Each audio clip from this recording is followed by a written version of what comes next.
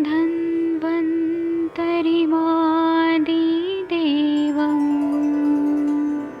सुरासुरैः वन्दितपादपद्मं लोके जरामृत्युनाशं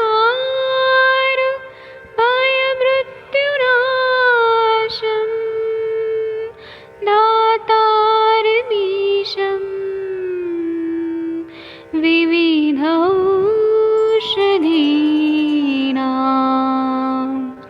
शङ्खं चक्रं जलौकां दधतं मृतघटं चारुतोर्भिश्चतुर्भिः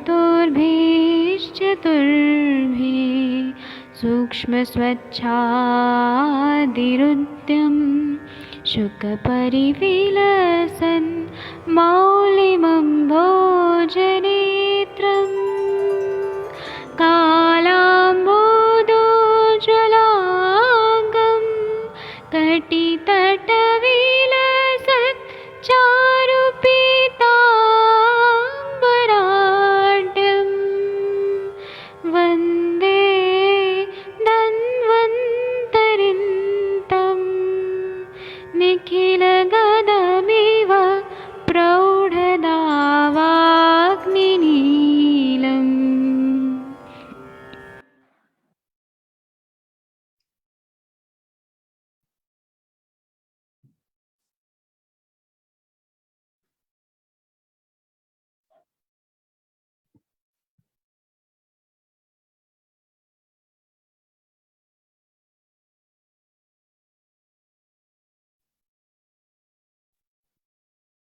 प्रणाम सभी लोगों को। मैं वैद्य अरविंद पाठक पुणे महाराष्ट्र से आप सभी लोगों का स्वागत करता हूँ। कोटि कोटि प्रणाम करता हूँ। अभी हम लोग माधव निदान शुरू कर रहे हैं।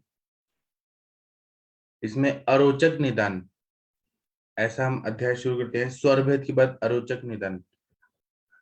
इसमें ऐसा बता रहे हैं कि वातादिभि शोक भयाति लोभ क्रोध मनोज्ञ नाशन रूप गंध ही अरोचका स्युः।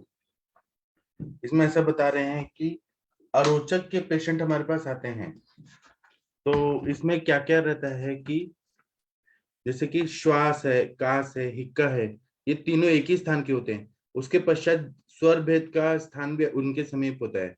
उसी प्रकार अरोचक का स्थान भी जीवामूल में ही होता है।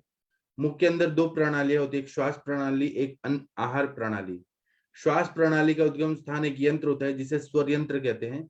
मनुष्य की वाक शक्ति इसी यंत्र के अधीन है। अतः स्वर भेद रोग का अधिष्ठान यही यंत्र है। आहार नलिका के उद्गम स्थान को ग्रसनिका कहते हैं। इसकी विकृति से अरोचक हो जाता है, ग्रासावरोध आदि लक्षण हो जाया करते हैं। एकाधिष्ठान होने के कारण अथचक, काश, श्वास, हिक्का, अरोचक आदि सारे रोग अपने महान राजयक्ष्मा के अनुसार अनुचर चलने वाले होते हैं। अतः शपी यक्ष्मा के साथ साथ यथा स्थान क्रम इन रोगों का निर्देश भी उचित है। अतः स्वर भेद के पश्चात अब अरोचक निदान लिखते हैं। अरोचक को भक्तोपघात भी कहते हैं। यह 5 प्रकार का होता है। वात से, पित्त से, कफ से, सन्निपात से और आगंतुज।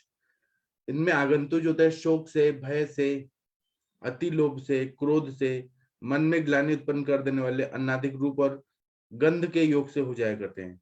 अर्थात सड़े गले आहार को देखकर, सूंघकर मन में अत्यंत ग्लानि हो जाने के कारण भोजन करने पर को जो मन नहीं करता है, जी नहीं चाहता है, उसको अरोचक बोलते हैं।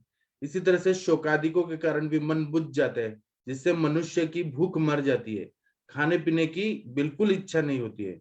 यद्यपि शोक, भय, अति लोभ, क्रोध और विकृत आहार, रूप, गंध इसके आगंतुक 7 प्रकार होता है और 4 प्रकार का दोष जोड़ने से 11 प्रकार का हो जाता है। किंतु आगंतुक को 1 प्रकार का ही मानने से अरोचक 5 प्रकार का हो जाता है। टीकाकार क्या बता रहे हैं अरोचक के बारे में, उसको जानना बहुत जरूरी है। ऊर्ध्वक ऊर्ध्वक विकार सार्धम्य अरोचकम महा वातादिभि इत्यादि। एकैकशो वातादिभित्रयः सन्निपातनेकः शोकादयं गन्धेनागन्तुरेक एक गणनीयः यथा पंचानाम एकम लक्षणम वक्ष्यति सुश्रुते च उक्तम भक्तोपघातमिह पंचविधम वदन्ति इति। शोकादिस्तु यद्यपि वातादिजः तथापि हेतु प्रतिनिक चिकित्सा करणार्थम पृथक उक्तः। अति लोभात्रिहितस्य सततोपयोग हेतुतया दोष प्रकोपिति दर्शयति अरोचकः स्युरिति छेदः। मतलब ऊर्ध्वगत रोगों का सार्धम्य होने से अरोचक के निदान को लिखते हैं वातादिभिर इत्यादि, एक एक करके वातादि दोषों से 3, अर्थात एक वात से, एक पित्त से, या फिर एक कफ से, मतलब ये एक एक दोषों के हिसाब से यह अरोचक जो है वो एक एक दोषों के हिसाब से एक एक हो गया, सन्निपात से चौथा हो गया, और उसके बाद में आगंतुच, ये इस तरह से 5 टाइप का हो गया है। इस प्रकार अरोचक 5 प्रकार का होता है। सुश्रुत में अरोचक 5 प्रकार का माना है, जैसे कि भक्तोपघात मिह पंचविधम वदन्ति। अरोचक को सुश्रुताचार्य जी ने भक्तोपघात ऐसा बताया है। शोकादिजन्य आगंतुक कारणों, अरोचक जो रहता है आगंतुक कारणों से यद्यपि वातादि दोषों से उत्पन्न होता है, तो भी मूल कारण से प्रतिकूल चिकित्सा करने के लिए यहाँ आगंतुक रूप से पृथक निर्देश किया गया है। अहित पदार्थों का निरंतर अधिक मात्रा में सेवन करने से या अति लोभ में भी दोषों का प्रकोप हो जाया करता है, इस बात को यहाँ स्पष्ट किया गया है। अरोचका स्युः, यहाँ तक कि पूर्वार्ध का संबंध विच्छिन्न हो जाता है। मतलब इन्होंने ये बोला है कि यह 5 टाइप का होता है। इसके बाद में हम श्लोक नंबर 1 देखते हैं। अरोचक के जो एक एक टाइप है उसके बारे में बता रहे हैं। वातज अरुचि के लक्षण, परिहृष्ट दंतः कषाय वक्त्रश्च मतो अनिलेन। इसका मतलब यह है कि वातिक अरोचक के लक्षण कहते हैं कि परिहृत्यादि परिहृष्ट दंतः से अम्ल पदार्थों के खाने से दांत खट्टे हो जाते हैं, उसी तरह से वातिक अरोचक में भी दांत खट्टे हो जाते हैं। वातिक अरोचक में दांत खट्टे हो जाते हैं, मुख का जायका कसैला हो जाता है, जैसे कि लोद्र ले लिया, फिटकरी ले लिया, पंचवल्कल आदि चबाने से हो जाता है, या सुपारी खाने से हो जाता है, उस तरह से दांत खट्टे हो जाते हैं, कसैले हो जाते हैं, तो इसको हम बोलते हैं वातज अरुचि। उसी तरह से पित्तज अरुचि के लक्षण क्या बता रहे हैं। कटवम्ल मुष्णम विरसम च पूति पित्तेन विद्या। इसका मतलब ये है विद्यात, इसका मतलब ये है कि पैतिक अरुचक में मुख का स्वाद कड़वा और खट्टा हो जाता है, उष्ण हो जाता है, मुख अंदर से गर्म हो जाता है, कभी कभी विरस हो जाता है, मुंह से बदबू आती है, और इसमें मुख में पस मतलब दुर्गंध आ जाती है। पुती, पुती का मतलब होता है पस नहीं, पुती का मतलब होता है दुर्गंध आने लगता है। और मुख की श्लेष्मी कला का जो रोचक सूत्रों से संबंध विच्छिन्न हो जाता है, इसलिए रोगी को रस ज्ञान नहीं हो पाता है। पित्त के कारण मुख की श्लेष्मी कला जल जाती है, इसमें छाले पड़ जाते हैं, इसलिए रस ज्ञान नहीं हो पाता है। यक्ष्मादि महारोग में जैसे स्वर तंतुओं के क्षय से स्वर भेद हो जाता है, वैसे ही रुचिक तंतुओं का क्षय होने से अरोचक या अभक्त छंद हो जाता है। टीकाकार बोलते हैं कि पैतृक लक्षण महा कटवित इत्यादि कटु शब्दो अत्र तिक्तवाची यदा विदेह पित्तेन तिक्त स्यात् विदाह कृत स्यात् स्वादवास्य हृलास्यकरः कफेन इति। पैतृक रोचक के लक्षण बोल रहे हैं कि जिस तरह से कटु आदि शब्द, जैसे शुंठी ले लिया, मरीच ले लिया, पिपली ले लिया, ऐसे चटपटे पदार्थों का ग्रहण होता है। यहाँ कटु शब्द मतलब कड़वे रस का वाचक है। यहाँ पे हम कटु रस बोल रहे हैं, लेकिन ये तिक्त रसात्मक। पित्तेन तिक्तास से विदाह कृत स्यात्, अर्थात मुंह का स्वाद कड़वा हो जाता है, विदाह होता है, बर्निंग सेंसेशन होता है, मुंह में छाले पड़ जाते हैं, और कफ जन्य में तो मुंह का स्वाद मीठा रूप का ही आती रहती है। उसी तरह से कफज अरोचक के लक्षण बता रहे हैं। श्लोक नंबर 2, लवणम च वक्त्रम माधुर्य पैच्छिल्य गुरुत्व शैत्य विबद्ध संबंध युतम कफेन। इसका मतलब यह है कि श्लेष्मिक अरोचक के लक्षण इस तरह से बताए हैं कि मुख का स्वाद मीठा होता है, मुख के अंदर लेसदार कफ चिपका रहता है, मुख प्रदेश में सारा शरीर भारी भारी रहता है, शरीर में शीत रहता है, जाड़ा चढ़ा रहता है, कफ के तंतु जीवामूल कंठ प्राणल में एक इस प्रकार चिपके रहते हैं, मानव स्वभावतः ही जुड़े हुए हैं। बड़ा प्रयत्न करने पर कठिनता से कफ की लहसें निकल पाती हैं और मुख कफ से कसा ही रहता है।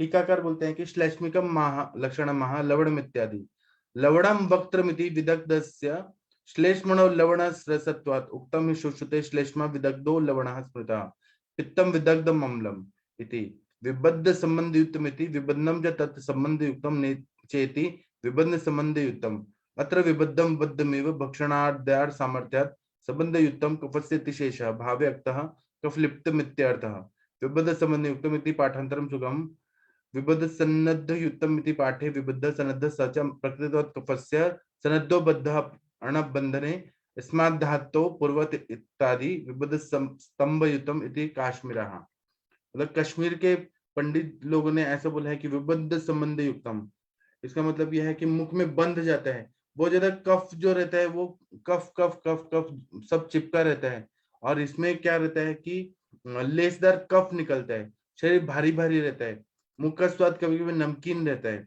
और कफ बहुत ज्यादा चिपका रहता है, और लेसदार कफ इस तरह से निकलते रहता है।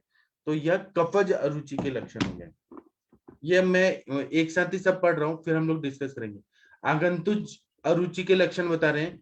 अरोच के शोक भयाति लोभ क्रोधाद्य हृदय अशुचि गंधजय स्यात् स्वाभाविकम चास्य मथा रुचिश्च।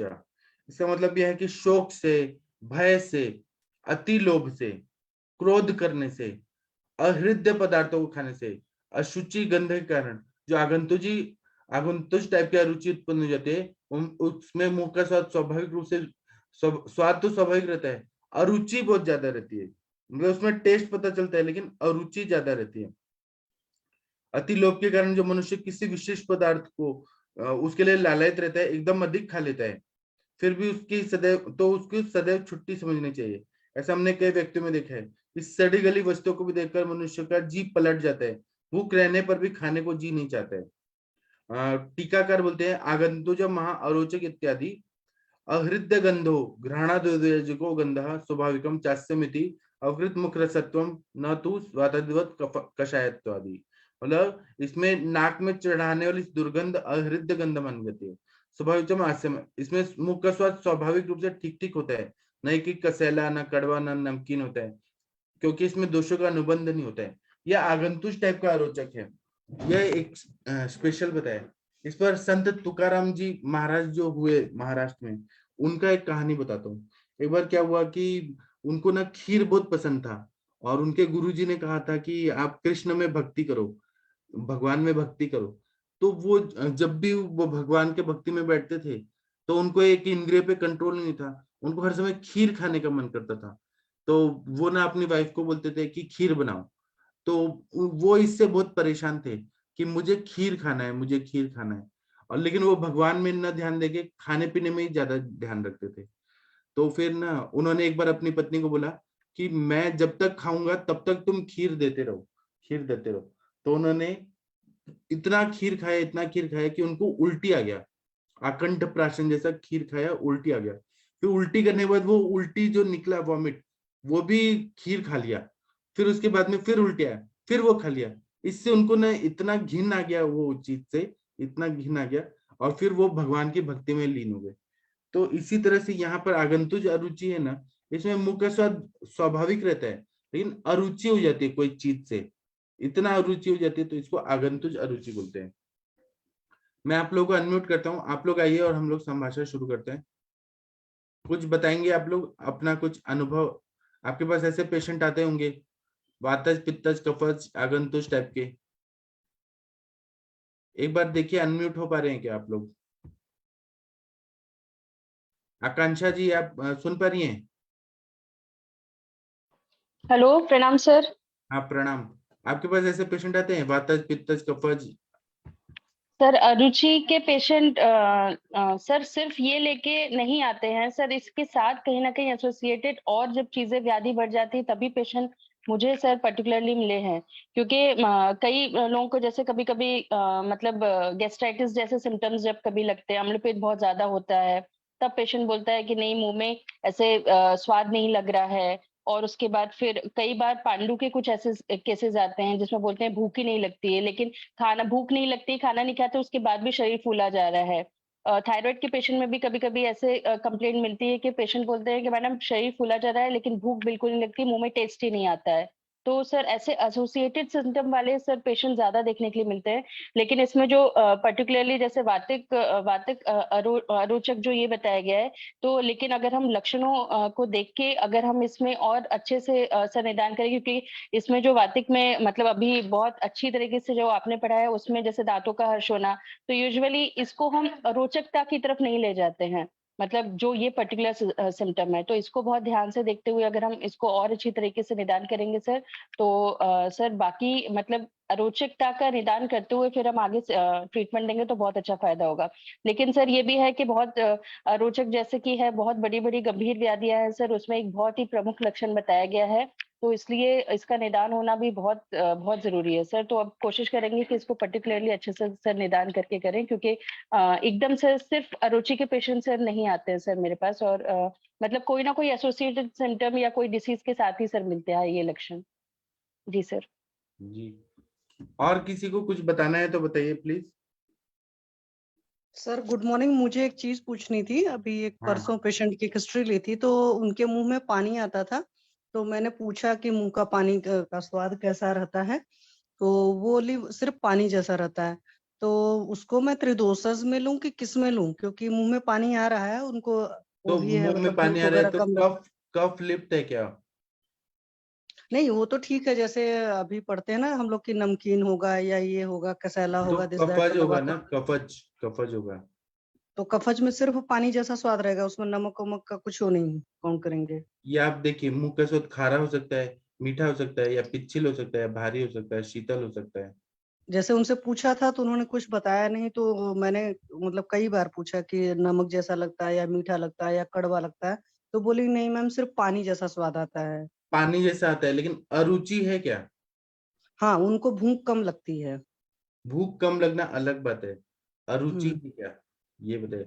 वो आप जो बोले उसको प्रसेक बोलते हैं, प्रसेक। हम्म। हाँ तो प्रसेक तो फिर कफ में आ जाएगा ना बॉस। हाँ, लेकिन अरुचि है क्या? अरुचि। ठीक है सर, मैं अभी उनसे एक बार और हाँ, पूछूंगी इसको अच्छे से। डिफरेंशियल डायग्नोसिस करिए। अरुचि ठीक है कि नहीं है। अगर अरुचि नहीं है, भूख लग रही है और मुंह से पानी आ रहा है, तो वो अलग चीज हो जाएगा। है। Okay sir. हाँ, okay sir, thank you sir. Thank you. Sir अरुचि में मतलब खाने के प्रति द्वेष, ये लक्षण मिलता है हाँ कि उनको हाँ, खाना अच्छा नहीं लगेगा। टेस्ट नहीं आएगा। और जी, और बाकी जैसे मैडम ने कहा उसमें ये डिफरेंस आता है कि भूख ना लगना, उसमें अग्निमांद्य के सिम्पटम्स, सामता के लक्षण मिलेंगे। तो ये थोड़ा-सा डिफरेंस हो जाता है कि मतलब ये जानना ज़रूरी है कि आपको खाना आते ही साथ मतलब देखने का मन नहीं करता है, खाने का मन नहीं करता है, ये थोड़ा-सा मैडम आप डिफरेंशिएट करिएगा तो आपको वो मिलेगा आंसर। वो हो जाएगा अश्रद्धा, जी, आस्यवरस्य, जी सर। अनन्नाभिलाषा।